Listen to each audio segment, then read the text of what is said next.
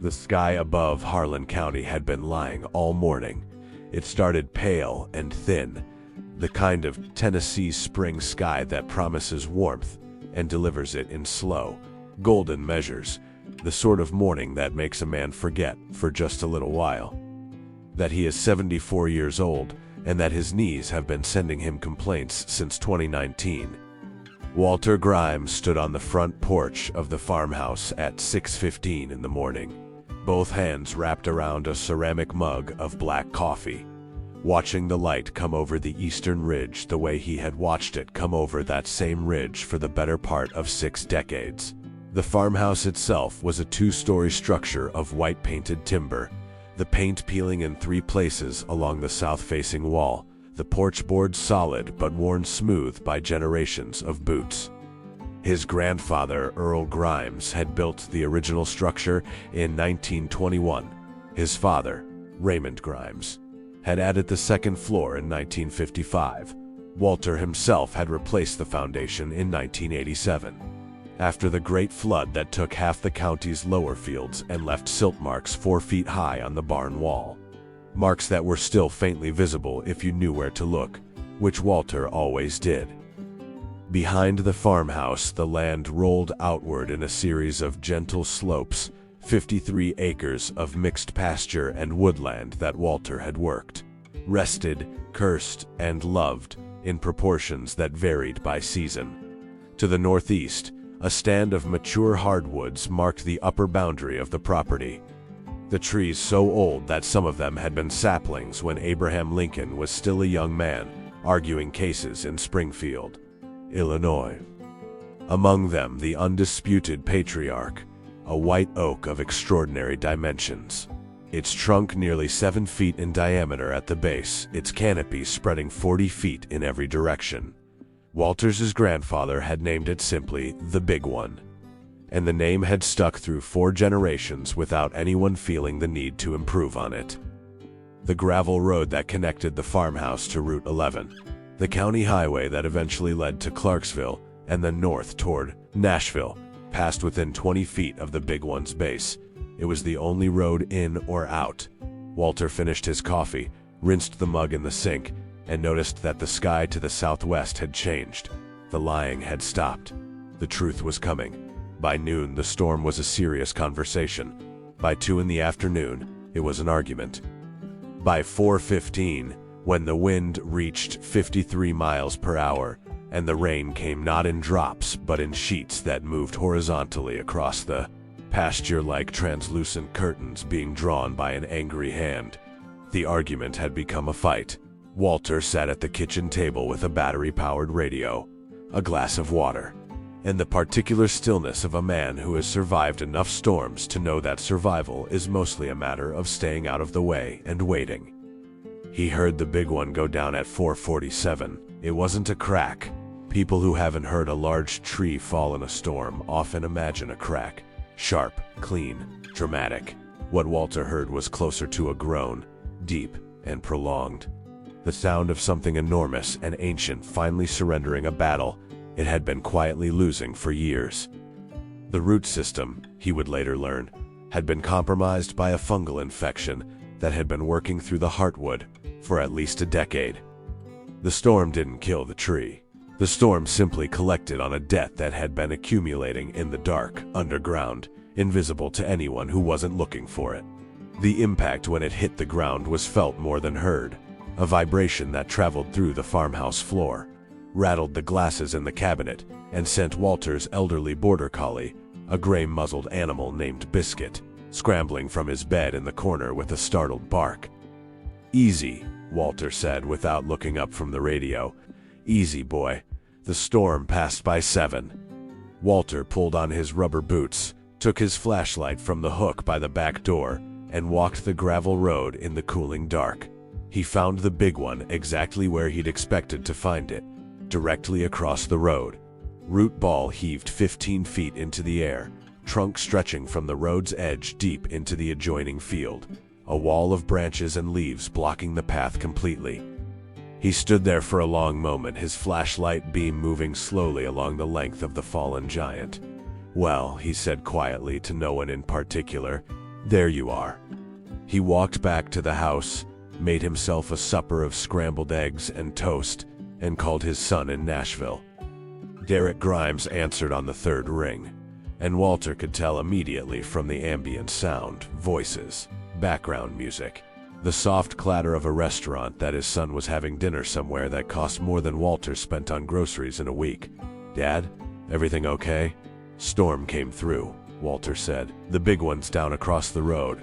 A pause. "The oak? The oak? Is the house okay? Are you okay?" "House is fine. I'm fine. Road's blocked. Can't get in or out until somebody moves that tree." Another pause, longer this time, and Walter could picture Derek's expression, the slight furrow between his brows, the way he set down his fork, the manner in which a problem was being processed through the particular machinery of a civil engineer's mind. Derek was 46 years old, 6 feet tall, and had his mother's eyes and his grandfather's jaw. He ran a mid-sized construction and infrastructure consulting firm in Nashville, Grimes and Associates Engineering, that employed 31 people and had, according to the last conversation in which Derek had volunteered such information, posted its best revenue year in 2024.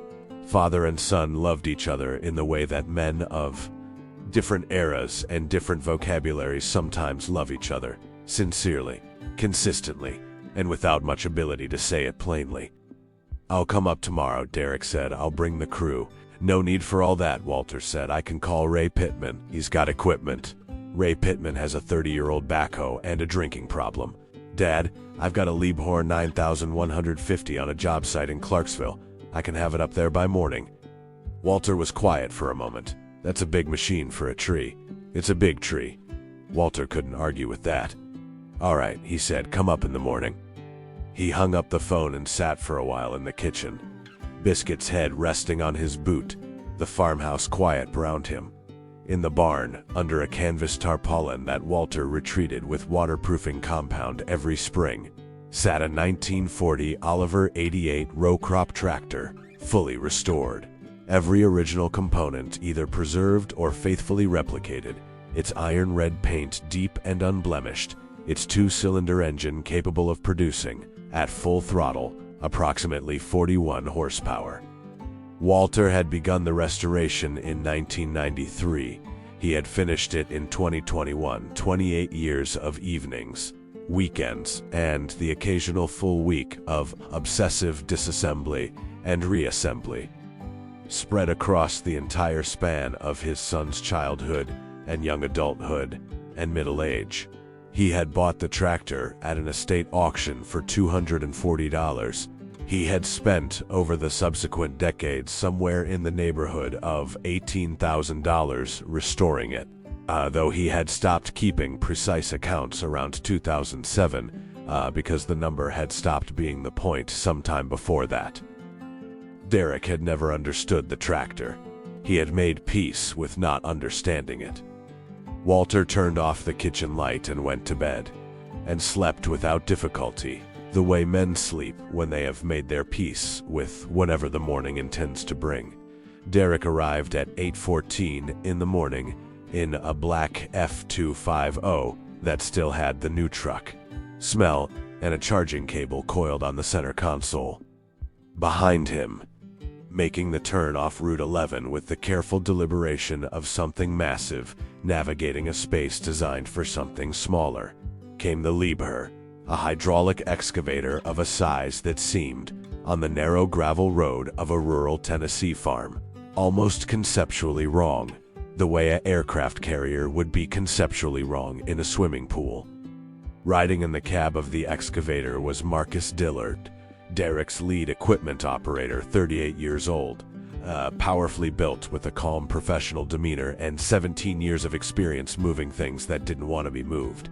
Behind the excavator came a flatbed truck driven by Bobby Crane, Marcus's assistant, carrying chains, rigging equipment, and a portable hydraulic spreader. Walter stood at the edge of the porch and watched the convoy come down the road. He was wearing his usual morning outfit, canvas work pants, a flannel shirt in green and brown plaid, and the rubber boots he hadn't taken off since the night before. Biscuit sat beside him, ears forward. Derek stepped out of the truck and they shook hands, the way they always did, firmly, briefly, with the slight awkwardness of two people who might prefer to embrace but have never established the habit. "Morning, Dad." "Morning. Coffee's on. I'll get some in a minute." Derek turned to survey the fallen tree, and his expression shifted into the focused, slightly narrowed look of professional assessment. "That's a serious root ball, I told you. How deep do you think she was rooted?" "She was there before the road," Walter said. "Raymond put the road in 1952. She was already big then.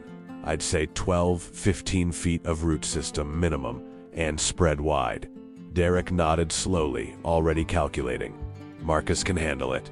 Walter said nothing. He looked at the excavator, then at the tree, then back at the excavator, and his face held the particular expression of a man who is not going to say what he is thinking, because saying it would constitute an argument. And he had decided before breakfast that he did not want an argument. "Come have coffee," he said instead. Marcus Dillard had the professional's instinctive read of a difficult job, and he stood at the base of the big one for a full 5 minutes before he climbed into the cab. He walked the perimeter, crouched to examine where the root system emerged from the earth, noted the direction of fall, noted the composition of the soil. Red clay. Heavy with the previous day's rain, the kind of substrate that grabbed onto equipment and held it with a passive, indifferent strength. "Wet," he said to Bobby. "How wet?" "Wet enough." He looked at the excavator. "We'll set up on the gravel side and work the root ball first. Chain the trunk in 2 points and we'll roll it off the road. Should take maybe 2 hours." Bobby nodded. "Simple job." Marcus looked at him. "I didn't say that. It was not a simple job." The root ball, when Marcus began working it, proved to have a depth and horizontal spread that exceeded the initial estimate significantly. The white oak had not merely grown roots, it had, over the course of what dendrochronologists would later estimate as approximately 230 years, essentially become the ground around it, its root system intertwining with clay layers, rock shelves, and the root networks of neighboring trees in a matrix that functioned less like an individual organism, and more like a structural component of the hillside itself. The excavator weighed 94 tons and was capable of exerting a breakout force of approximately 580 kilonewtons, enough on most jobs to move virtually anything a tree could offer. But the Liebherr was also 94 tons sitting on rain-saturated red clay, and Marcus felt the machine begin to lose purchase on the ground within the first 40 minutes. The massive tracks designed for stability were instead acting as compression plates, driving themselves slowly into the soft substrate with each cycle of force applied to the root ball. By 10:30 in the morning, the excavator had sunk 4 inches on its left side. Marcus had moved the machine twice, repositioning to find firmer ground. The root ball had shifted perhaps 18 inches. Not enough, not nearly enough, and the trunk remained fully across the road. Derek stood at the edge of the action, phone in hand, watching with an expression that had transitioned from confidence through concern, and was now navigating the territory somewhere between frustration and the early stages of professional embarrassment. Walter watched from the porch. He didn't hover. He didn't comment. He refreshed his coffee twice, fed biscuit, walked out to the garden to check on the sweet corn he'd planted in early April, and came back. Each time he returned, the situation was incrementally worse than when he'd left. Sandra Whitfield arrived at 11:15. Sandra was Walter's nearest neighbor, her farm adjoined, his along the western boundary, and at 61 she was the kind of woman who appeared at necessary moments, with food and practical observation in roughly equal measure. She was a widow, had been for 6 years, and she ran her cattle operation with competence that Walter respected profoundly and that the wider county had taken about 3 years to fully acknowledge after her husband Carl Whitfield passed. She arrived in a mud-splattered Ford Ranger with a covered casserole dish on the passenger seat and the direct gaze of someone who has never in her life pretended not to see what is plainly visible. She set the casserole on the porch railing, stood next to Walter, and watched the excavator make its fourth repositioning attempt. "How long has this been going on?" she asked. "Since about 8:30, Walter said. Sandra was quiet for a moment. "The clay's got him." "It does. What does Derek think?" "Derek thinks more horsepower." Sandra nodded slowly, the nod of someone filing information under a familiar category. "You know what you're going to end up doing," she said. It was not a question. "I know what I'm going to end up doing," Walter agreed. "Does Derek know?" Walter picked up his coffee. "Not yet." At noon, Marcus called Derek over for a conversation that Walter could not hear from the porch, but could read with reasonable accuracy from the body language. Marcus was explaining a limitation. Derek was pushing back. Marcus was holding his position with the patient firmness of a man who knows the physics are not going to change because his employer finds them inconvenient. Bobby had produced a second set of chains, and they had attempted to use the flatbed truck as a counter anchor, which had resulted in the flatbed itself beginning to slide sideways on the wet gravel and had to be abandoned before anything worse happened. Derek walked back toward the house. His face had the particular compression of a man who is working hard to maintain composure in front of his father and not entirely succeeding. "The ground is too soft," he said. "I know," Walter said. "We need to let it dry out. Come back in 2 or 3 days. I need to get out tomorrow," Walter said. "I've got a cardiology appointment in Clarksville on Friday." Derek stopped. "Cardiology? Routine? Annual checkup? It's been scheduled since February. You didn't mention a cardiology appointment. I'm mentioning it now." They looked at each other. 20 years of conversations about the farm, about Derek's career, about Walter's refusal to sell the property to the developer who'd offered $1.4 million in 2022, about the distance between Nashville and Harlan County. That was not merely geographic, all of it present. In the pause between them, the way root systems are present beneath the visible surface of a field. "Dad," Derek said carefully, "if you're saying what I think you're saying, I'm not saying anything yet," Walter said. "Let Marcus try until 2 o'clock. Give the man a fair chance." Derek held his father's gaze for a moment, then nodded. "Until 2 o'clock." Marcus Dillard was not a man who gave up easily, and he did not give up until 1:47 in the afternoon, which was close enough to the agreed 2 o'clock that no one felt the need to note the difference. The total progress on the root ball after 5 hours and 40 minutes of work by a 94-tune hydraulic excavator with a breakout force of 580 kilonewtons was as follows. The root ball had been partially exposed on 3 sides.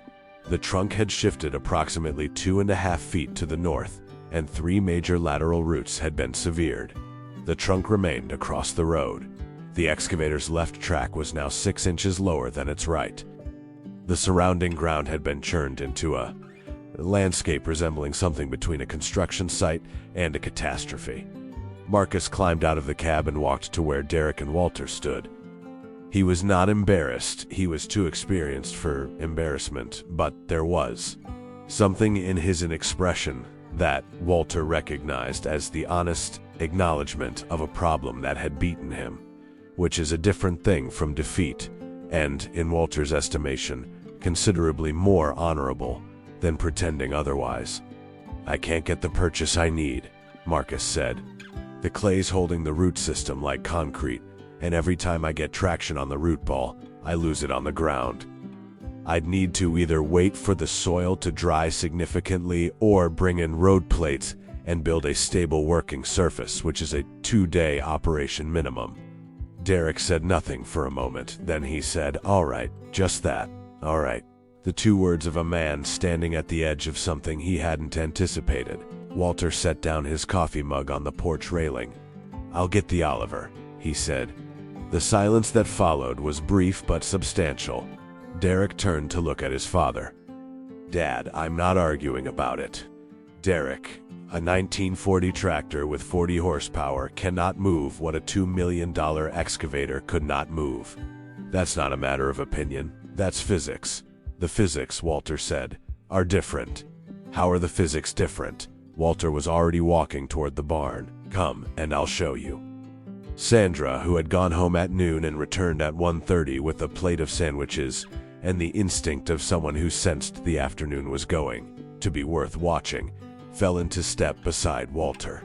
Marcus and Bobby exchanged a look. Derek followed his father, his jaw set, his hands in his pockets. The expression of a man who is preparing to be proven right and is not entirely comfortable with his certainty. The barn was a post and beam structure built in 1934. The wood gone silver gray with age, the interior smelling of oil and dust, and the particular dry sweetness of old hay. Walter's tools hung on the west wall in arrangements so consistent that he could find any of them in complete darkness. A workbench ran the full length of the north wall, its surface worn to a smoothness that no sandpaper could have produced. Only decades of work. Only the sliding friction of 10,000 projects undertaken and completed. In the center of the barn, under the canvas tarpaulin, was the Oliver 88. Walter took the corner of the canvas and pulled it back in a single practiced motion. The tractor sat in the dim barn light like something that had been waiting patiently, without urgency, without resentment for exactly this moment.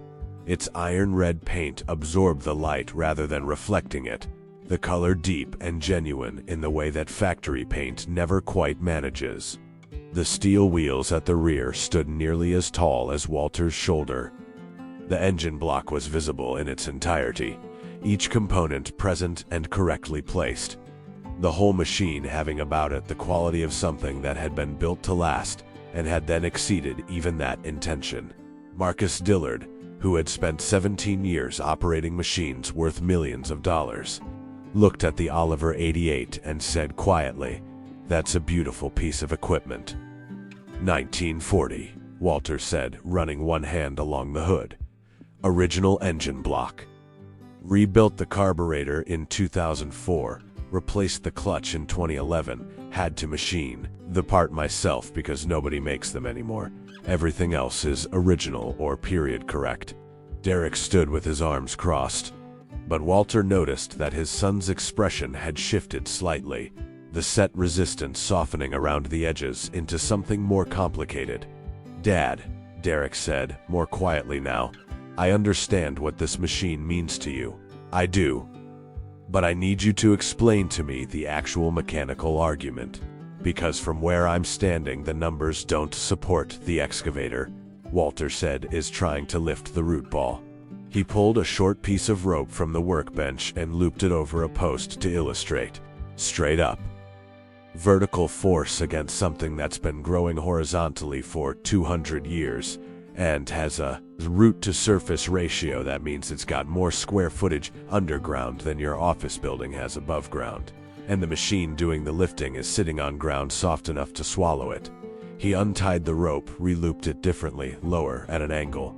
The Oliver doesn't lift, she pulls.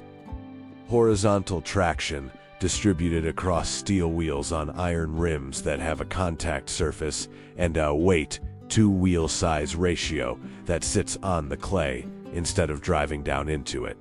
And she pulls from the front, chained to the base of the trunk, not the root ball, rolls the trunk instead of trying to raise it. He looked at his son. The excavator was trying to win an arm wrestling match. "I'm going to ask the tree to roll over." Silence. Marcus turned to Derek. He said nothing, but his expression said, "He's not wrong."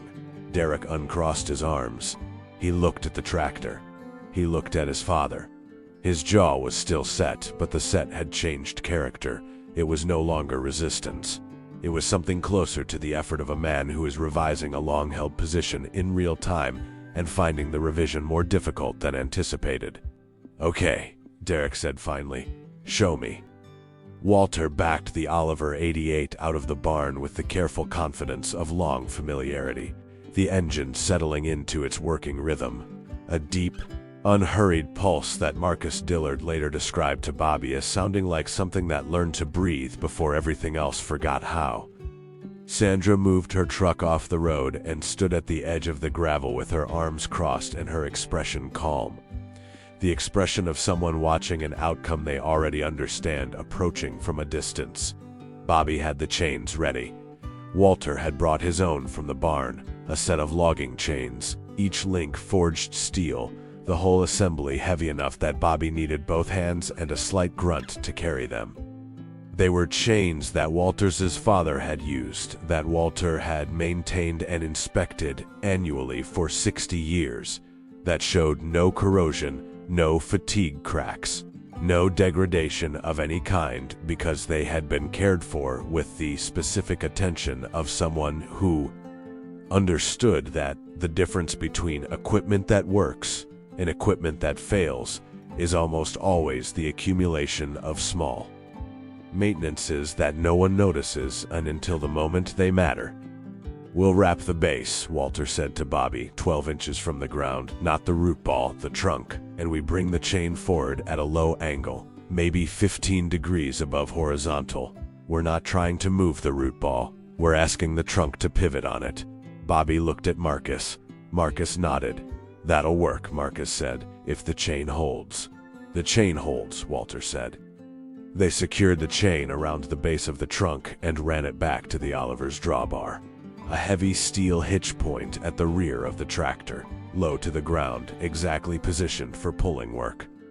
Walter checked every point of connection himself, working slowly and without hurry, his hands moving over the chain and the hitch with the habitual thoroughness of someone who has learned, through long experience, that the 30 seconds you spend checking are purchased back in the form of the hour you don't spend dealing with consequences. Derek stood to the side, watching his father work. There was something happening in his face that he was not quite prepared to name. Walter climbed up onto the Oliver's seat, a steel pan covered with a rubber cushion he'd cut from a floor mat in approximately 2003, the ergonomics of 1940 farm equipment being what they were, and sat for a moment looking ahead at the road, at the fallen tree, at the root ball still half buried in churned clay. He had owned this tractor for 32 years. He had spent 28 of those years putting it back together. He had driven it when it was finished, exactly 11 times for tractor shows, for a demonstration at the Harlan County Fair in 2022, and once simply because it was a warm evening in October and he had wanted to. This was the 12th time. He engaged the clutch, felt the transmission settle into low gear, and let out the clutch slowly, the way you let out a clutch on a machine that has been waiting for something genuine to do. The chain went taut at a pace that was almost conversational. There was no drama in the initial engagement, no roaring of an engine pushed past its limits, no theatrical spray of mud and debris. The Oliver steel rear wheels, each one a 30-inch diameter of cast iron, simply found the clay beneath them and pressed into it and stayed there. The way a foundation stays, the way something belongs to the ground rather than sitting on top of it. The chain straightened, the drawbar creaked, the trunk didn't move. Walter held the throttle steady. He did not push harder, he did not rev the engine. He sat with the particular patience of someone who understands that some things require time rather than force, and that the inability to distinguish between the two is the source of most mechanical failures, and more than a few human ones. For 11 seconds, nothing moved. Then, at the base of the trunk, something shifted. Not the trunk, not yet, but the matrix of clay and root that had been holding it. The 230-year-old system of underground connections that had survived drought and flood and ice storm, and the vibration of an excavator working at it for nearly 6 hours. It shifted the way certainties shift, not all at once, but at the beginning of all at once. The first movement of an avalanche that begins as barely more than a thought. The trunk moved. Slowly, incrementally, measured in fractions of inches, it began to rotate. Marcus made a sound, not a word. Just a sound. Bobby said, "There it is."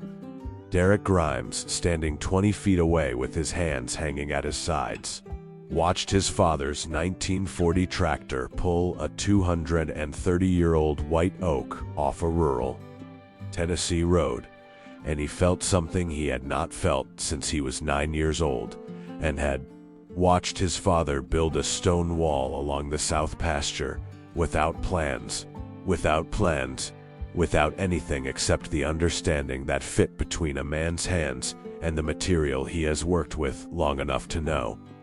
He felt the particular vertigo of realizing that someone you have been quietly underestimating your entire adult life knows something you do not. The trunk cleared the road in 4.5 minutes. Not dramatically. Walter did not swing it wide or make a show of the clearance. He simply pulled it far enough off the gravel that 2 vehicles could pass comfortably, then shut the throttle back and let the Oliver idle, and climbed down from the seat with the measured care of a 74-year-old man who is not in pain but is aware of his knees. Marcus Dillard walked to the Oliver and stood looking at it for a long moment. Then he walked to Walter and extended his hand. "Mr. Grimes," he said, "that was the best piece of applied mechanics I have seen in 17 years of this work." Walter shook the hand. "She did the work," he said, nodding at the tractor. "I just asked her right." Bobby was already taking pictures on his phone, the cleared road, the tractor, the chain still attached to the trunk. Walter noticed but didn't comment. Sandra walked over and stood beside Walter. She didn't say anything. She didn't need to. Derek had not moved. Walter looked at his son standing in the road, and what he saw was not the 46-year-old engineer with the F250 and the Nashville firm and the Libher 9150. What he saw was the boy who had stood at the edge of the south pasture at age 9, watching stone go onto stone, learning something about how the world works from a man who had learned it from a man who had learned it before him. The chain of transmission that makes a family more than a set of shared features. He walked to Derek. They stood together for a moment, father and son, the cleared road between them and the fallen giant now resting in the field beside it. "Dad," Derek began. "You don't have to say anything," Walter said. "No," Derek said. "I do." He stopped. "Try it again. I brought a $2 million machine up here, and I didn't call you first. I didn't ask you what you thought. I just assumed that the bigger answer was the right answer." Walter was quiet. "I do that," Derek said. "I know I do that. I've been doing it for," he paused, "for a long time." "You solve problems for a living," Walter said. "Nothing wrong with that. I solve them my way," Derek said. "I didn't even consider that there might be another way. Your way." He looked at the tractor, then back at his father. "How did you know it would work?" Walter thought about the question seriously, the way he thought about questions that deserved it. "I didn't know it would work," he said. "I knew why it might work." There's a difference. Knowing why something might work means you can adjust when it starts going sideways. Knowing it will work just means you're surprised when it doesn't. Derek looked at his father. "Is that something Grandpa Raymond used to say?" "No," Walter said. "That's something I figured out the third time I tried to restore a carburetor and got it wrong twice first." He paused. "Though your grandfather would have said something similar, given the opportunity." Something shifted in Derek's face, finally completely, the last of the resistance gone. What replaced it was something more open and younger and considerably more honest. "I should come up here more often," Derek said. "You should," Walter said. "The sweet corn's going to be ready in July." The Friday cardiology appointment confirmed what Walter's doctor, Philip Hendricks, had been telling him for 3 consecutive years. His heart was, for a 74-year-old man, functioning well. Not remarkably, not in a way that warranted celebration, but consistently, solidly, with the quiet competence of an engine that has been correctly maintained. Philip Hendricks was 61, had been Walter's cardiologist since 2018, and had a manner that Walter appreciated for its directness and its complete absence of the verbal padding that some doctors used when delivering information to elderly patients, as though the patients required cushioning rather than facts. "Blood pressure's better than last year," Hendricks said, reviewing the readings. "The walking program is working. Keep doing what you're doing." "I moved a tree on Wednesday," Walter said. Hendricks looked up from the chart. "Moved it how?" "Old tractor. Chain work. Physical exertion?" "Moderate. Mostly I just sat." Hendricks made a note, shook his head in the manner of a man who has long since stopped being surprised by Walter Grimes, and told him to come back in 12 months. Derek drove him home. They took Route 11 north through the rolling Middle Tennessee landscape, the cedar breaks and hayfields, the white farmhouses set back from the road, the small towns with their grain elevators and their hardware stores and their diner windows fogged from the coffee inside. The F-250 was quiet, the radio off. This was unusual. Derek typically filled silences with podcast audio or phone calls handled through the truck's speakers. Today he drove in silence, and Walter understood this as a form of something, not quite topology, not quite resolution, but the space in which both of those things could eventually happen. They were 20 minutes from the farm when Derek said, "Tell me about the restoration." Walter looked over at him. "The Oliver," Derek said. "You started it in '93. Tell me how it went." Walter talked for the remaining 20 minutes of the drive, and when they arrived at the farm, he kept talking over coffee at the kitchen table. And Derek listened, not with the distracted half-attention of a man checking his phone, but with the full, forward-leaning engagement of someone encountering a story that should not be new but is. Walter described finding the tractor at the estate auction of a man named George Alderman, who had farmed the adjacent county for 60 years and whose heirs were not farmers. He described the condition of the Oliver at acquisition, mechanically seized, the engine block cracked in 2 places, the fuel system completely degraded, the seat long since gone, the paint worn to bare metal across 80% of the surface. He described the first winter of stripping the machine entirely and making a list on paper, in a spiral notebook, which Derek had known about its existence but never known its purpose, of every component, every required repair or replacement, every part that would need to be sourced or manufactured. He described the discovery in 2001 of a small network of Oliver collectors across Kentucky, Tennessee, and Indiana, men of his approximate generation who communicated through a newsletter printed and mailed quarterly, who had developed between them an informal library of technical knowledge about machines that no commercial shop could service and no manufacturer still supported. Men who machined their own parts, who shared drawings and measurements across state lines, who formed the kind of community that exists not because anyone organized it, but because a common need and a common intelligence found each other through the mail. He described the carburetor, rebuilt 4 times before it held, and the challenge of the clutch assembly.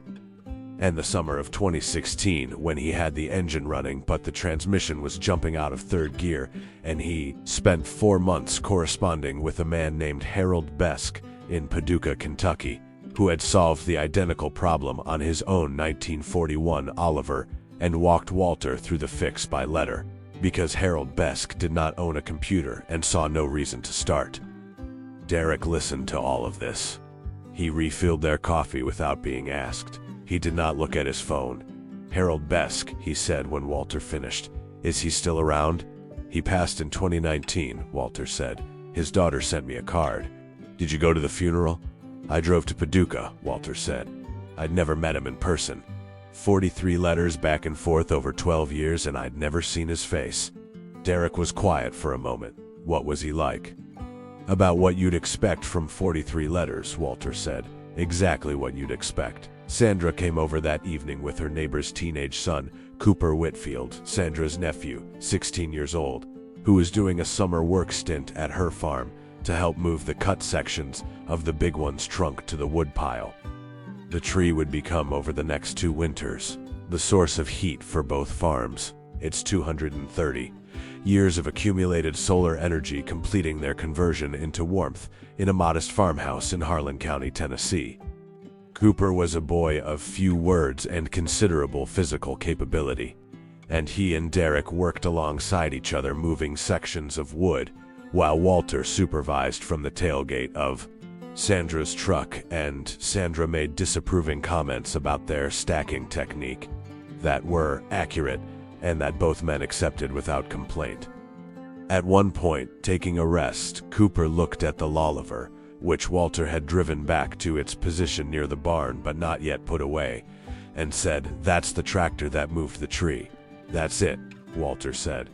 Cooper looked at it for a long moment. "It looks old." "It is old." "How old?" 86 years.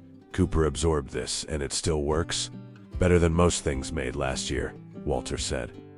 Cooper looked at the tractor again with the particular attention of a 16-year-old, encountering something that doesn't fit the categories he's been given. "My dad says old stuff is mostly just sentimental. That newer is better because they keep improving the technology." "Your dad's not wrong about the technology," Walter said, "but he might be leaving something out."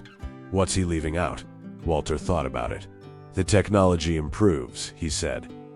"But what the technology is for, that doesn't change. A tractor is for moving what needs to be moved.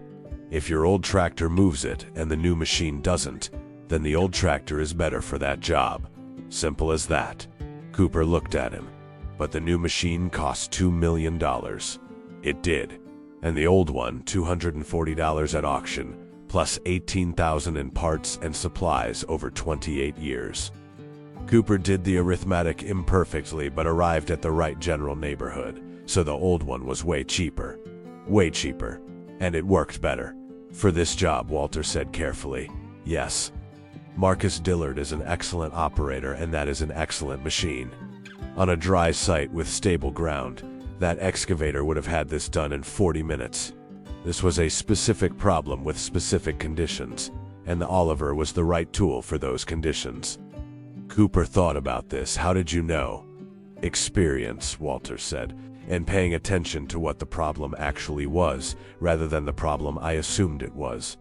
Derek, who had been listening while moving a section of wood, set it down and said nothing, but Walter saw him. That night, after Sandra and Cooper had gone, and Derek had made phone calls and rescheduled meetings, and arranged for Marcus to return with the excavator in 3 days to finish the root ball removal, work that would proceed properly once the ground had dried, father and son sat on the front porch in the cooling Tennessee evening, the sky doing what Tennessee skies do in May, filling up with stars in a slow accumulation that starts sparse and ends overwhelming. The Milky Way, eventually visible as a genuine smear of light from horizon to horizon. The kind of sky that is unavailable in Nashville, and that Derek Walter had come to understand, missed, without quite knowing he missed it. Biscuit lay between their chairs.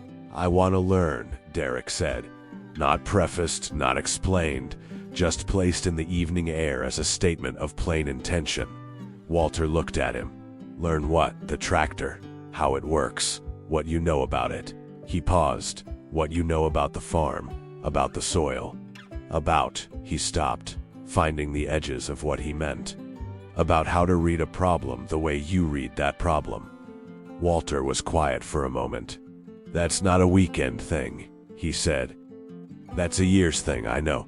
You'd have to come up more than once a year at Christmas. I know. The sweet corn really will be ready in July." Derek almost smiled. "You mentioned that. I'm mentioning it again." Walter settled back in his chair. "July's a good time to start." They sat together in the dark, the old farmhouse solid at their backs, the 53 acres breathing around them in the ways that land breathes when it has been cared for consistently over a very long time. Somewhere in the eastern woodlot, a whippoorwill started up, its call repetitive and urgent, and, to Walter's ears, entirely without urgency. The way things sound when they have been the same sound in the same place for longer than anyone now living can remember. "The tractor," Derek said after a while. "When it was pulling, when the chain went taut, there was a moment where I thought it wasn't going to work. And then the trunk moved, and he stopped. I can't describe what that felt like." "Yes, you can," Walter said. You just don't have the word for it yet." Derek thought about it. "Like something being corrected," he said finally. "Not fixed, corrected. Like a sentence that had a wrong word in it, and somebody put the right word back." Walter considered this. It was a better description than he'd expected. "Your mother used to say things like that," he said. "You get that from her." Derek's mother, Walter's wife, Elaine Grimes, had been gone for 9 years. Breast cancer, 67 years old. A Tuesday morning in October in a hospital room in Clarksville with Walter and Derek both present and the window showing a sky the color of pewter. 9 years was long enough that the sharpest edges had rounded, but not long enough. Walter suspected it would never be long enough, that a simple reference didn't reach across the years and make itself felt. "I know," Derek said quietly. "She'd have been out here in the rain," Walter said. "She'd have been telling Marcus what he was doing wrong before he even got the machine positioned." Derek laughed, a real laugh, sudden and unguarded. "She absolutely would have. And she'd have been right, she almost always was." They sat with Elaine for a moment. The way you sit with the people you've loved after they're gone.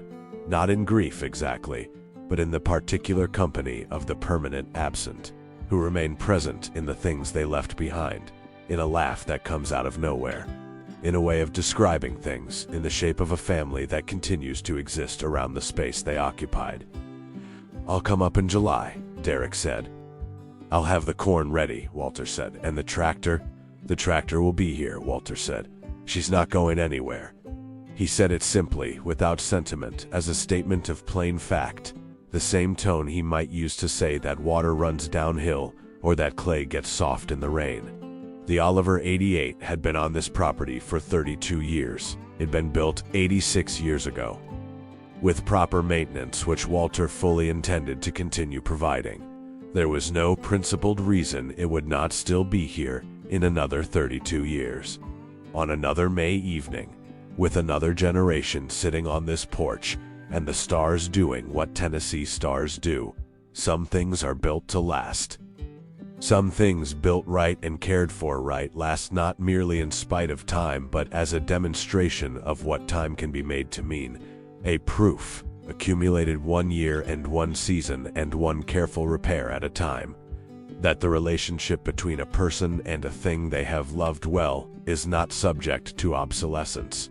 Walter reached down and scratched Biscuit behind the ear. The whippoorwill was still going. The stars kept arriving. July was 2 months away, and there was sweet corn in the ground, and his son was coming back. It was enough. It was in every way that mattered, exactly enough.